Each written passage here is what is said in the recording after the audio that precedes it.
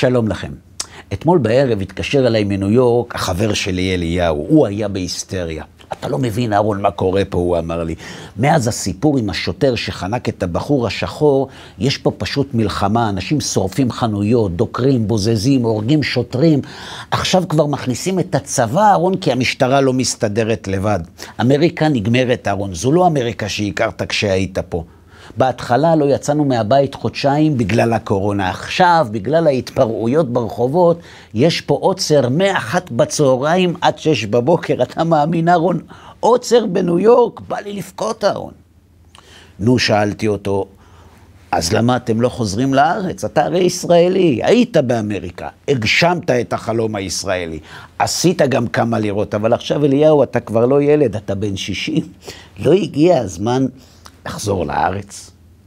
אתה צודק, אהרון, אמר לי אליהו, כל מילה של חזב, אין לך מושג כמה אני רוצה לחזור, אבל אתה יודע, אשתי, הילדים, זה לא פשוט. הם אומרים לי, אהרון, שאני משוגע, שאני פרנואיד, שעוד מעט הכל יעבור, ושלא צריך לקבל החלטות חפוזות. אבל אתה יודע מה, אהרון? זה רעיון מצוין. אולי אתה תדבר איתם, אולי תשכנע אותם, אולי הם יסכימו. אין טעם, הרגעתי אותו. זה לא יעזור והם לא יסכימו. היית צריך לחשוב על זה קודם. אבל אליהו, חברים, לא ויתר. תגיד, אהרון, אתה לא מבין שאני בבעיה? ככה עוזרים לחברים, ישר אתה אומר לו, אתה אפילו לא ניסית, איך אתה יודע שהם לא ירצו?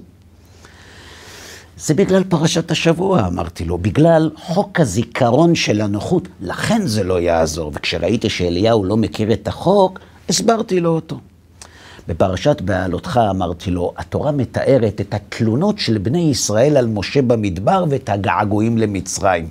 תגיד אליהו, חשבת פעם, על מה בדיוק היה להם להתלונן? הרי במצרים הם לא ליקקו דבש, ובמדבר היה להם ככה, כסף מביזת הים, לחם טרי מהשמיים יום יום עד הדלת, בגדים לפי מידה ומנהיג כמו משה רבנו. אז על מה בדיוק הם התלוננו?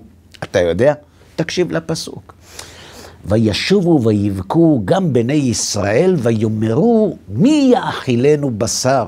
זכרנו את הדגה אשר נאכל במצרים חינם, את הקישואים ואת האבטיחים ואת החציר ואת הבצלים ואת השומים, ועתה נפשנו יבשה, אין כל בלתי אלמן עינינו.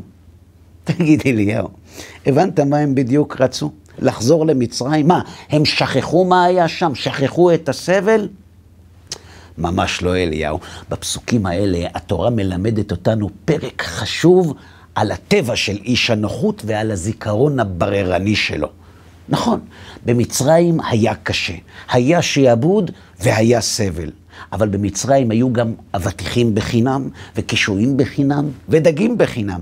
ואת זה בני ישראל זכרו כשהיה להם קשה במדבר, כי כשקשה לא זוכרים את הקשה של פעם, זוכרים את התענוג שלו. בפסוקים האלה התורה מלמדת אותנו יסוד חשוב, אליהו. לכל אחד מאיתנו יש בחיים עליות וירידות. השאלה, מה אנחנו זוכרים מהעבר כשקשה לנו בהווה? אנשי האמת, כשקשה להם בהווה, הם מתנחמים בכך שהם עושים את מה שנכון. אבל אנשי הנוחות, כשהחיים לא נוחים להם בהווה, הם מתפרנסים מהנוחות של פעם, וכשהם נזכרים בטוב, הם מתגעגעים אליו. וכשהם מתגעגעים אליו, לא זוכרים את הרע שהיה בעבר, אלא רק את הטוב. הבנת, אליהו? בני ישראל היו במדבר, ובמדבר לא קל. אז אנשי האמת התנחמו בעובדה שנכון שבהווה קשה, אבל הם בדרך לארץ ישראל. ועם העתיד הם ניחמו את ההווה. אבל אנשי הנוחות, הם לא חיפשו את ארץ ישראל, הם חיפשו נוחות, הם רצו רק לצץ ממצרים, אבל כשהתברר להם שהדרך קשה, הם התחילו להתרפק על הטוב שבעבר. וזה קורה גם לנו, אליהו.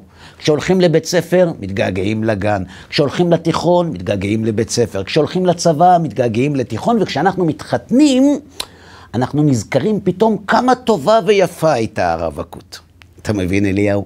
כשמחפשים נוחות, אף פעם לא טוב. כי כשטוב ונוח בהווה, רוצים יותר טוב לעתיד. וכשלא טוב בהווה, זוכרים רק את הטוב שהיה בעבר, ואז לא עושים שינוי לקראת העתיד.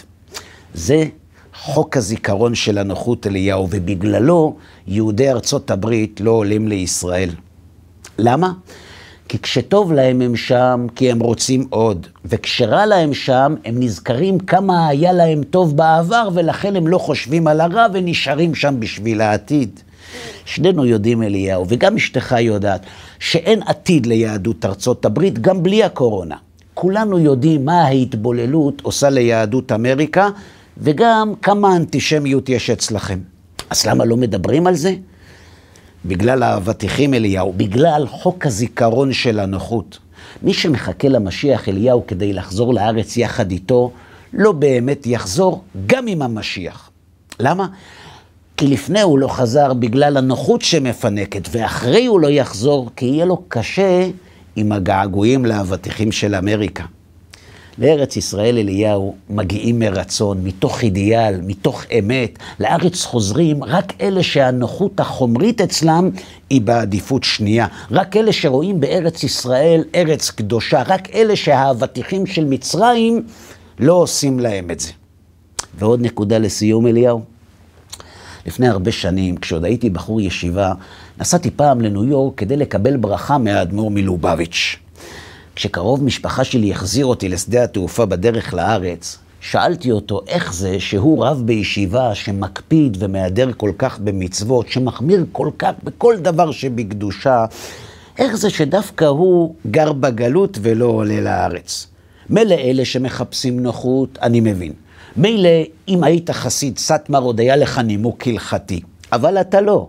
אתה איש של אמת. מה אתה עושה כאן?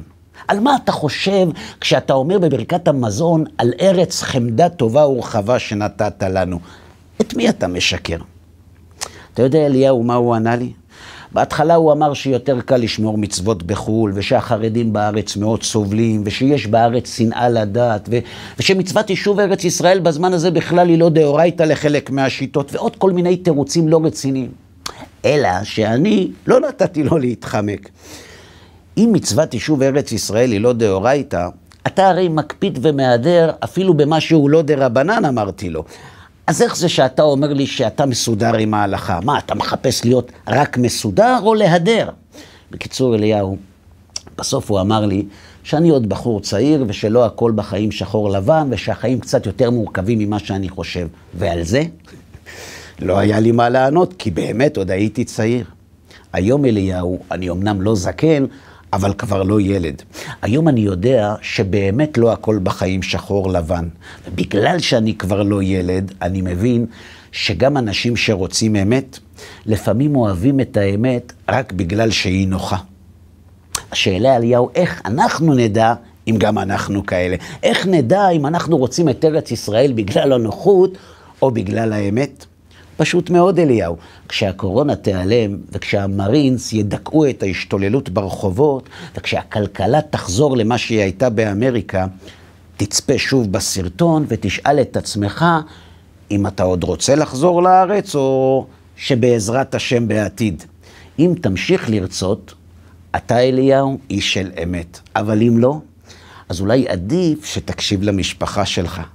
למה? כי הם כנראה מבינים באבטיחים יותר טוב ממך. שבת שלום.